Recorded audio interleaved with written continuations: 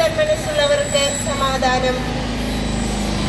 തന്റെ ഏകജാതനെ നൽകാൻ തക്കവിധം ലോകത്തെ അത്രയധികം സ്നേഹിച്ച ഒരു പിതാവായ ദൈവം നമുക്കുണ്ട്. കണ്ടാലും എത്ര വലിയ സ്നേഹമാണ് പിതാവ് നമ്മോട് കാണിച്ചത്.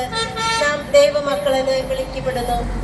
ഇത്രമാത്രം നമ്മെ സ്നേഹിച്ച, ഇത്രമാത്രം നമ്മെ വഴി നടത്തുന്ന, പരിപാലിക്കുന്ന മറ്റേതൊരു ദൈവമാണുള്ളത്? ഏതൊരു ശ്രേഷ്ഠ ജനതയാണ് ഉള്ളത്? അതുകൊണ്ട് പ്രിയപ്പെട്ട ദൈവമക്കളെ, നമുക്ക് ദൈവത്തിന്റെ അനന്തമായ കരുണയിലും ദൈവത്തിന്റെ അനന്തമായ സ്നേഹത്തിലും ആശ്രയിക്കാം.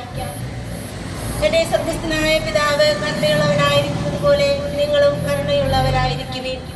ഭയപ്പെടേണ്ട, ഞാൻ നിന്നോട് കൂടെയുണ്ട് എന്നൊരു ചെയ്തുകൊണ്ട് കൂടെയുള്ള ദൈവത്തെ നമുക്ക് മനസ്സിലാക്കി തരുന്ന, കൂടെയുള്ള ദൈവത്തിന്റെ സാന്നിധ്യം, സ്നേഹം നമുക്ക് ഓരോ നിമിഷവും അത്രമേൽ മനസ്സിലാക്കി തരുന്ന ഒരു ദൈവമാണ് നമ്മോട് ഏറ്റവും അടുത്ത്, ഏറ്റവും സമീപസ്ഥമായിരിക്കുന്നത്.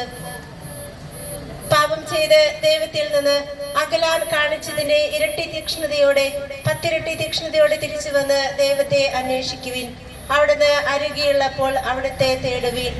നിങ്ങളുടെ ദൈവമായ കർത്താവിനെ രക്ഷകനും നാഥനുമായി ഹൃദയത്തിൽ പൂജിക്കുവിൻ. എന്തുകൊണ്ടെന്നാൽ ദൈവം സ്നേഹമാണ്.